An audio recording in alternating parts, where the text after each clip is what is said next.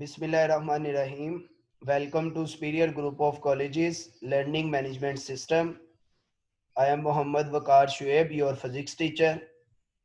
The chapter we are studying is chapter number 5, Circular Motion. And the topic we are going to study is geostationary satellites and Newton's and Einstein's views about gravitation. ये आज का इस chapter का last theoretical topic है जो कि lecture number 11 है हमारा इस चैप्टर का। तो सबसे पहले हम देखते हैं कि जियो स्टेशनरी सैटेलाइट्स क्या होते हैं। जियो स्टेशनरी सैटेलाइट्स वो सैटेलाइट्स होते हैं जो अर्थ की मोशन के साथ सिंक्रोनाइज्ड होते हैं। सिंक्रोनाइज्ड मींस कि उनकी जो स्पीड है वो तकरीबन वैसी ही होती है जैसे कि अर्थ की स्पीड है। तो इसलिए उनका जो वो अर्थ के मुताबिक हमें क्या लगते हैं, स्टेशनरी लगते हैं। अगर हम क्या करते हैं, मैं आपको एक एग्जांपल देता हूं कि सपोज करते हैं कि जो जहां पे मैं अवेलेबल हूं, मेरे जो सामने साइड है वो भी हमेशा वहां पे ही अवेलेबल रहती है, जबकि हम तो दोनों मूव कर रहे हैं अर्थ के अंदर। क्योंकि दोनों हम सेम स्पीड से मूव कर रहे हैं, इसलिए हम दोनों एक दूसरे के साथ स्टेशनरी हैं। तो सिमिलरली जियो स्टेशनरी सैटेलाइट्स वो होते हैं जो अर्थ की मोशन के साथ सिंक्रोनाइज्ड होते हैं और उनको हम कहते हैं जियो स्टेशनरी, यानी वो अर्थ के लिहाज से रेस्ट पोजीशन पे होते हैं। जियो स्टेशनरी सैटेलाइट्स, उनकी जो ऑर्बिटल मोशन होती है वो सेम होती है। तो इनसे जो पिछले चैप्टर्स थे, इनसे जो पिछले टॉपिक्स थे, उनके अंदर हमने क्या किया, ऑर्बिटल वेलोसिटी फाइंड की। ऑर्बिटल वेलोसिटी के बाद हमें जो उसका आर्टिफिशियल ग्रेविटी आ गई, उसको हमने फाइंड किया। तो आज हम ये देखना चाहते हैं कि कौन कौन से ऑर्बिट्स अवेलेबल हैं जहां पे हम किसी सैटेलाइट को भेज सकते हैं। तो आज के हमारे लेक्चर में उन ऑर्बिट्स को फाइंड किया जाएगा, रेडियस फाइंड किया जाएगा कि हम कहां पे सैटेलाइट्स को भेज सकते हैं। तो such a satellite is very useful for worldwide communication, weather observation, navigation and other military uses. इनके अंदर हम geostationary satellites को यूज कर रहे हैं।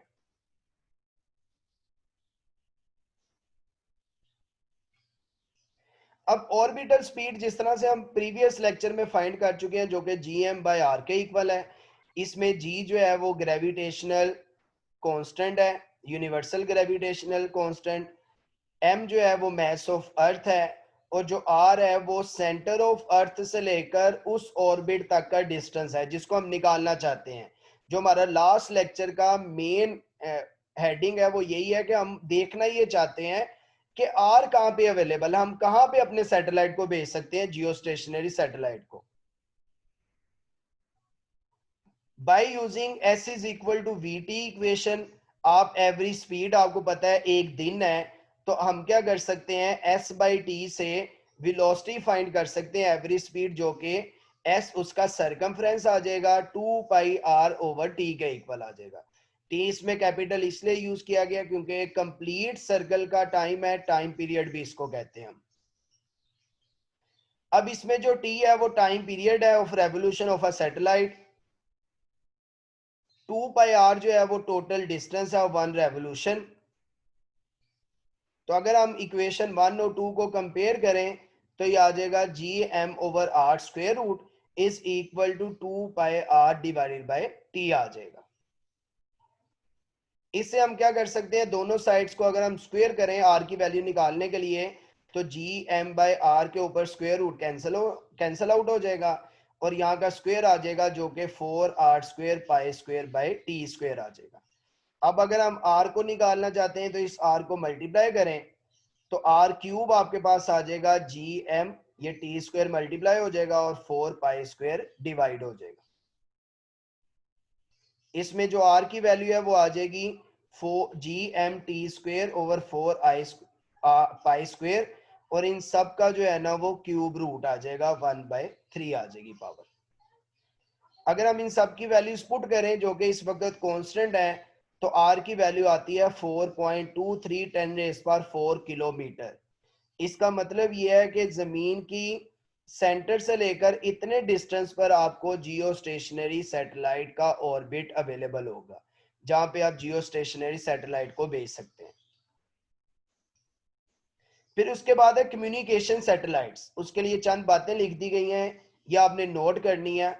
A satellite communication system can be set up by placing several geostationary satellites in orbit over different points on the surface of the earth.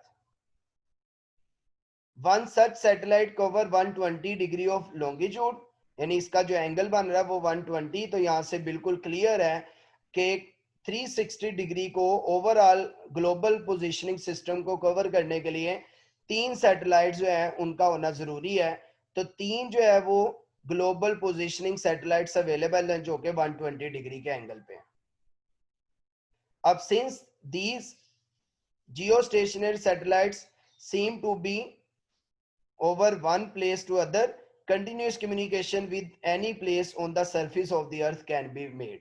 तो उन 3 satellites की मदद से आप क्या कर सकते हैं, कम्युनिकेशन कर सकते हैं। तो there are over 200 earth stations which transmit signal to satellites and receive signal via satellites from other countries. तो 200 अर्थ स्टेशन बने हुए हैं जिसकी मदद से हम दूसरी जो मुल्क हैं, कंट्रीज हैं, उनके अंदर से लाइव मैच देख सकते हैं, कोई और न्यूज चैनल देख सकते हैं। तो ये 200 अर्थ स्टेशन बने हुए हैं जिनकी मदद से हम ये कर सकते हैं। और जो लार्जेस्ट सैटेलाइट का सिस्टम बना हुआ है वो इंटरनेशनल कम्युनिकेशन सैटेलाइट ऑर्गेनाइजेशन है जो कि 126 कंट्रीज पर कंसिस्ट कर रही है, जिसकी मदद से हम चीजें रिसीव कर सकते हैं और देख सकते हैं। और जिन माइक्रोवेव फ्रीक्वेंसीज के ऊपर ये ऑपरेट कर रहे हैं वो 4, 6, 11 और 14 गीगाहर्ट्ज हैं, और उनके पास जो कैपेसिटी होती है वो 30,000 टू वे टेलीफोन सर्किट्स की होती है और 3 टीवी चैनल्स की होती है। कम्युनिकेशन सैटेलाइट की ये कुछ चीजें आपने ऑब्जेक्टिव में याद रखनी है, और शॉर्ट में अगर आपसे पूछी जाए तो आपने उसके अंदर याद रखनी है। ये आप देख सकते हैं ग्लोबल पोजीशनिंग सिस्टम के आपको 3 सैटेलाइट नजर आ रहे हैं जो कि ओवरऑल ग्लोबल को कवर कर रहे हैं। अब न्यूटन और आइंस्टाइन व्यूज क्या थे? न्यूटन के मुताबिक क्या था? The gravitation is an intrinsic property of the matter that every particle of matter attracts every other particle with a force that is directly proportional to the product of their masses and inversely proportional to the square of the distance। जो आप formula भी कर चुके हैं Newton का gravitational law जो है F is equal to G m1 m2 by r square, उसके मुताबिक हर पार्टिकल दूसरे पार्टिकल के ऊपर फोर्स एक्सर्ट करेगा जिसकी वैल्यू आपको पता है डायरेक्टली प्रोपोर्शनल टू उनके मैसेज के और इनवर्सली प्रोपोर्शनल उनके डिस्टेंस के स्क्वायर के। जबकि आइंस्टाइन के मुताबिक space time is curve specially locally near massive bodies। To visualize this we might think of space as a thin rubber sheet, if a heavy weight is hung from it it curves। तो Einstein theory जो है इसके मुताबिक क्या है कि ये better theory समझी जाती है। Einstein theory gives an physical picture of how gravity works। Newton discovered the inverse square law but explicitly said that he offered no explanation of why gravity should follow an inverse square law। जो कि Einstein, फिर हम Einstein की theory को better consider करते हैं। तो ये आपने न्यूटन और आइंस्टाइन के कुछ व्यूज याद रखने हैं। ये आज का हमारा टॉपिक था जिसके अंदर एक्चुअली 3 टॉपिक्स थे, कम्युनिकेशन सैटेलाइट शॉर्ट में, आइंस्टाइन और न्यूटन के व्यूज शॉर्ट में, और जियो स्टेशनरी जो सैटेलाइट थे वो लॉन्ग में आपने कवर करना था। जज़ाकल्लाह।